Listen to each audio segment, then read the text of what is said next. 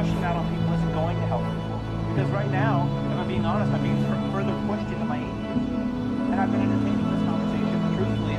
And I don't want you guys to feel like you're terrible. I want to let you know that pushing this on people is not going to help. It's a journey of self-discovery. Were you pushed into religion? You discovered it on your own, in the desert. You saw Jesus and you discovered him on your own.